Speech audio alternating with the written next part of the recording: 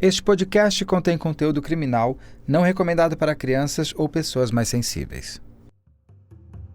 O sequestro é com certeza um dos crimes mais perversos que alguém pode cometer. A motivação, seja ela qual for, jamais justifica colocar alguém em tortura mental num cárcere privado. Ainda mais se a base de negociação for somente pela fria relação do dinheiro em troca da vida de alguém. Afinal, e se o resgate não for pago? E se o sequestrador resolver apenas ter o dinheiro e sem a vítima para reconhecê-lo? E se a vítima for uma criança? Ivisota tinha apenas 8 anos de idade quando foi raptado de sua casa pelos seguranças que trabalhavam na loja de seu pai, o seu pai Masataka Ota. Toda a investigação do caso, a dinâmica do crime, o encontro do cativeiro e a descoberta do corpo de Ives, você conheceu no episódio anterior. Se não conheceu, garanto que este episódio vai ser ainda melhor se passar pelo primeiro, onde tem inclusive uma entrevista com o pai de Ivisota. Agora, eu converso com os especialistas da mente, o psicólogo criminal Christian Costa e o psicólogo Carlos de Faria, para entendermos melhor sobre o que significa o sequestro na vida da vítima e na vida de seus familiares. Também vamos ouvir o promotor Dr. Rogério Zagallo, para termos mais claro o que significa o sequestro como crime, especialmente quando o final da história não termina da maneira que todos gostariam, com o sequestrado voltando para casa. Eu sou Beto Ribeiro, roteirista, entrevistador e ao lado de Carla Albuquerque, diretor do Anatomia do Crime. E assim como a série, este podcast também é produzido pela Media Land.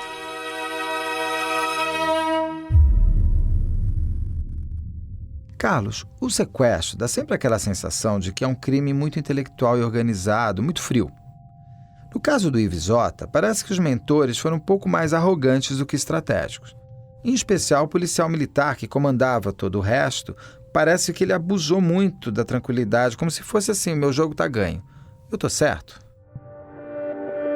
Olha, eu acredito que a questão do sequestro está muito ligada à finalidade. Acredito que esses seguranças acreditaram que ia ser uma coisa muito simples, muito rápida, né?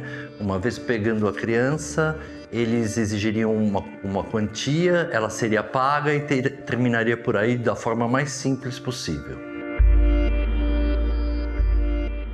Christian, qual é a sua visão? Os sequestradores de Ives achavam que estava tudo controlado, ainda mais na década de 1990, onde tínhamos muitos sequestros acontecendo? A época que o Ives foi sequestrado, o crime de sequestro no Brasil, principalmente em São Paulo e no Rio de Janeiro, estava muito atuante.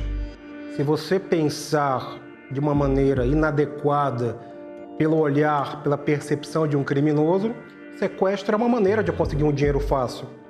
É um crime covarde, é um crime que controla totalmente a família, é um crime que leva ao desespero, leva ao estresse máximo à família. Não sabemos se o meu ente querido está sendo bem tratado, está sendo torturado, se ainda está vivo. Eu sou capaz de dar tudo, até a minha vida, por um familiar.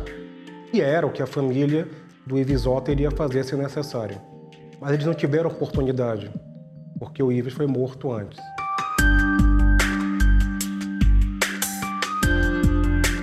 Então, crime de sequestro, as pessoas que cometem sequestro, elas têm, primeiro, a falsa percepção, a enganosa percepção de que é um crime simples. É um crime de fácil sucesso. Só que os avanços das técnicas policiais de investigação hoje demonstram que esses criminosos estão errados. É muito mais fácil, muito mais rápido você desorganizar um sequestro do que o sucesso. Então, 90% dos sequestros não têm sucesso.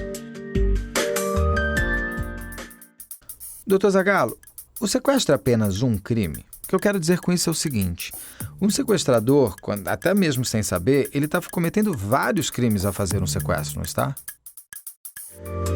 Nós estamos falando de extorsão mediante sequestro. Existe o crime de sequestro e existe o crime de extorsão mediante sequestro. Ele se divide em dois momentos. No primeiro momento, uma determinada pessoa ela é retirada do convívio de sua família, de seus amigos, do seu cotidiano, das suas atividades do corriqueiro. E ela é levada para um cativeiro, para um local onde ela vai ficar resguardada. No segundo momento, sobretudo, esta é a prática, a família começa a ser abordada. Ela começa, depois de ser torturada emocionalmente, ela começa a ser cobrada a pagar um determinado valor, normalmente compatível com as suas posses, para que a vítima sequestrada pudesse ser libertada. Então, essa divisão de tarefas é bem própria desse crime de extorsão mediante sequestro. Abordam e passam a promover a extorsão, determinando que as vítimas dessa abordagem, dessa extorsão, paguem como forma de resgate para poder reaver a pessoa sequestrada. Então, nós temos, na verdade, esses dois componentes. O sequestro de uma pessoa, cuja liberdade vai ser trocada por meio do pagamento de um resgate. E aí a extorsão de outras pessoas. Carlos, o que leva uma pessoa a arquitetar o sequestro de uma criança? Que maldade é essa? Eu acho que tem uma coisa cultural da grama do vizinho ser mais verde, sempre, né? O outro sempre é o artífice da sua própria sorte. Então, ele não merece aquilo porque, na verdade, foi uma ideia que ele teve que eu poderia ter tido, mas eu não tive e ele teve. Logo, os fatores poderiam se alterar mudando o resultado. No mundo do imediatismo, né, na cultura do imediatismo, na cultura da vantagem a qualquer custo, você está sempre criando uma forma de driblar e pular alguns degraus dessa escada ascensional. Christian, Dr. Zagallo, o que mais chama a atenção de vocês na forma de agir desses sequestradores? Me chama a atenção o local onde ele foi enterrado. Isso demonstra, primeiro, a desorganização dos criminosos. Isso demonstra o quanto eles estavam com medo, tanto que eles decidiram nem tirar o Ives de dentro da casa, ficou ali no quarto, embaixo do berço de uma outra criança. Eu acho que a intenção deles era, impedir que haja mais informações em relação ao sequestrado, em relação ao Ives. Eles decidem, então, enterrá-lo ali mesmo, resolver o problema deles ali mesmo. Mas, na verdade, foi uma grande falha, foi um grande erro, mas há um determinado cuidado em relação à criança para a execução final. Em princípio, acredito eu, que a ideia não era matá-lo. Penso eu que talvez a ideia fosse simplesmente mantê-lo em cativeiro para que pudesse gerar perplexidade. Essa ideia de sequestrar uma criança pequena dá um plus nessa ansiedade da família da vítima. Sequestrar um adulto gera um impacto. Sequestrar uma criança, o impacto é muito maior. Então esse grupo entendeu por bem sequestrar uma criança. E a família fica cada vez mais compelida a negociar e até mesmo a pagar o valor. É mais fácil cobrar de uma família, de uma vítima criança sequestrada, do que pagar quando é um adulto sequestrado. Penso que se não houvesse esse componente reconhecimento de um de seus sequestradores, muito provavelmente o Ives não seria morto. Eles mataram para que o Ives não pudesse, quando libertado, colaborar e contribuir para a polícia descobrir e desvendar quem é que teria sido o responsável por aquele ato, por aquele crime. Carlos, vamos àquela pergunta recorrente do programa. Seriam os criminosos psicopatas? O mentor, eu poderia afirmar que ele é um psicopata no sentido de ter elaborado friamente a trajetória. Porém, os comparsas que estavam ali, em graus menores ou maiores, foram um pouco levados pela mente desse psicopata. Tanto é que eles agem muito por impulso. Ele nasce psicopata e tem alguns indícios que ficam muito claros, né? A própria impulsividade de bolar uma estratégia dessas de crime Isso já mostra uma falta de pensamento total, uma falta de pensamento elaborada das consequências que isso poderia dar. Inclusive de contemplar o pensamento infantil que ele poderia ser reconhecido na inocência de uma criança. A psicopatia dele está pontuada na própria morbidez do pensamento, quando ele pega, que é relatado pela investigação, que ele tinha um filme que ele via, revia e assistia. Você sente isso, um pensamento extremamente mórbido, não é? O Ives Otta, na verdade, é o primeiro elemento que está na frente dele, que ele arquiteta essa ideia, mas ele já traz em si um pensamento mórbido de um sequestro infantil pelo filme que ele assistia.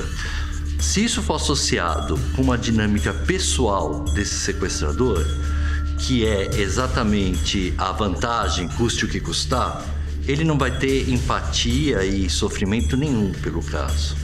E você tem também uma cadeia de mentiras, porque os investigadores levantam uma questão muito interessante, que ele era estudante de direito e já usava um anel de bacharel.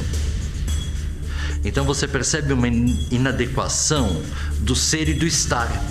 Ele vivia isso com uma relação de poder muito grande. Christian, o que mais marcou na história desse crime? O que chama atenção nesse caso, pela criança, pela família, pela condução da família em relação ao caso, pela condução a posteriori da tentativa de perdão do pai e da mãe. São duas pessoas, são exemplos de solidariedade, de entendimento, de reconstrução de vida. Chama atenção policiais militares que deveriam proteger a sociedade e foram acusados desse crime.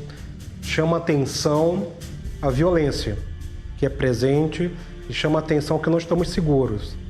E chama atenção que a nossa percepção em relação às nossas inter-relações ainda tem que ser muito mais bem entendidas.